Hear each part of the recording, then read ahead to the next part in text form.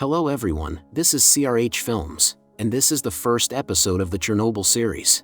On April 26, 1986, the most massive and consequential man-made disaster occurs. Due to a failed test, only ruins remain of the fourth power unit. But in the first hours of the tragedy, no one realizes the exact consequences of this incident. The series begins 2 years after those fateful events, in the apartment of Professor Legasov. The academician records everything that happened before and after the explosion at the Chernobyl nuclear power plant on a tape recorder. After finishing, he wraps the 6 tapes in a newspaper and heads out onto the street. But before leaving, he looks out the window. Across the street, there is a suspicious black car. He goes out onto the street with a bucket of garbage to avoid arousing any suspicion. Legasov turns into an alley where he hides the tapes in a ventilation shaft. Returning home, he prepares several portions of food for his cat. After smoking one last cigarette, he exits this unjust world. We are transported 2 years back, to the same night that forever changed this world. Lyudmila Ignatenko goes to the kitchen to get some water. Suddenly, there is a bright flash near the nuclear power plant. In an instant, the shock wave reaches the city, waking up Vasyl Ignatenko, a firefighter. Together, they watch what is happening, including the bright beam of light coming directly from the reactor.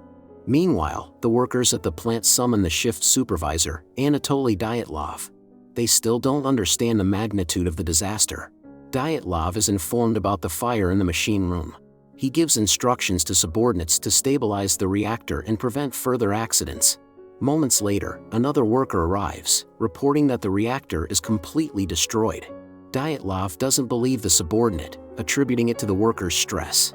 Afterward, he leaves the control room to assess the situation. In the corridor, through broken glass, he sees the glowing debris of graphite from the reactor core. Then comes the most terrifying phone call of the 20th century. Firefighters from all surrounding cities are called in. Vasyl Ignatenko is also called. His wife is visibly nervous due to the color of the fire and the strange smell. Her husband reassures her, saying that it's just the roof that's on fire. Meanwhile, the plant workers run through the corridors in search of the injured. Some already show signs of radiation sickness. One of the workers finds an injured colleague and tries to save him. But before doing so, he enters the reactor hall, or rather, what's left of it. Dyatlov is informed about a radiation level of 3.5 roentgens. The shift supervisor thinks nothing of it, but the only problem is that it's the maximum reading on the dosimeter. Meanwhile, the firefighters arrive at the Chernobyl nuclear power plant. They still don't grasp what exactly they will have to extinguish.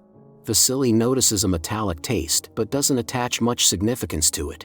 One of the firefighters lifts a piece of graphite to inspect it. Within moments, the consequences of this contact become apparent as the man receives radiation burns. At the station, while one worker holds the door, 2 others enter the reactor hall. They see the completely destroyed room from the explosion, and lowering their gaze, they look straight into the reactor's active zone. Meanwhile, in the city, parents decide to take their children to see the fire.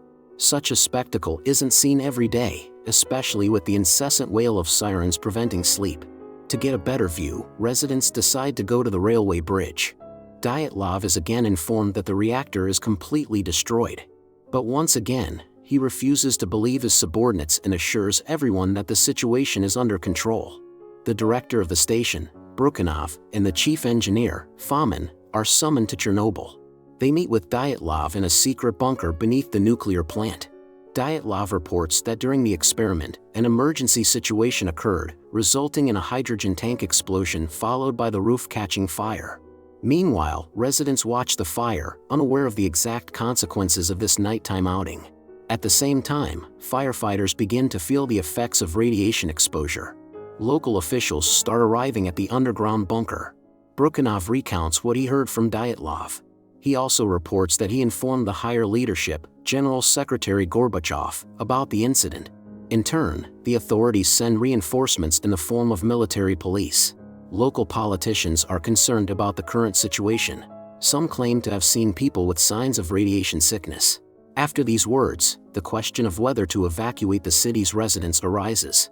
The verbal dispute is halted by an elder, who delivers a fiery speech about Lenin and how he would have been proud of them if he were still alive. Later, Sitnikov, the deputy chief engineer, visits the room. He reports that workers measured the radiation levels again. The device, which was calibrated for 1,000 roentgens, burned out immediately after activation. Then they asked the military for another device calibrated for 200 roentgens. This device didn't burn out but showed maximum readings. Additionally, he recounts seeing graphite debris.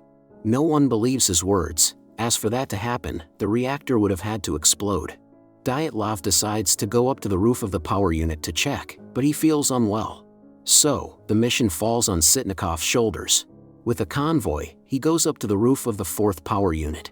He approaches the edge and looks straight into the heart of the reactor. This nighttime stroll doesn't end well. In that moment, Sitnikov receives a lethal dose of radiation, 1,500 roentgens.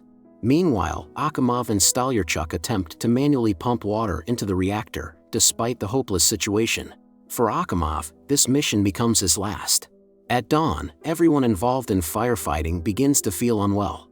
They are all taken to the hospital. Meanwhile, Valery Legasov receives a phone call. As a leading scientist in atomic energy, he is summoned urgently to a meeting of the Commission for the Liquidation of the Accident's Consequences by the Deputy Chairman of the Council of Ministers of the USSR, Boris Shcherbina. Meanwhile, in the city, people remain unaware of what happened tonight. Children go to school calmly, unaware of how birds begin to fall dead from the sky due to high levels of radiation. And thus, the first episode of the series concludes.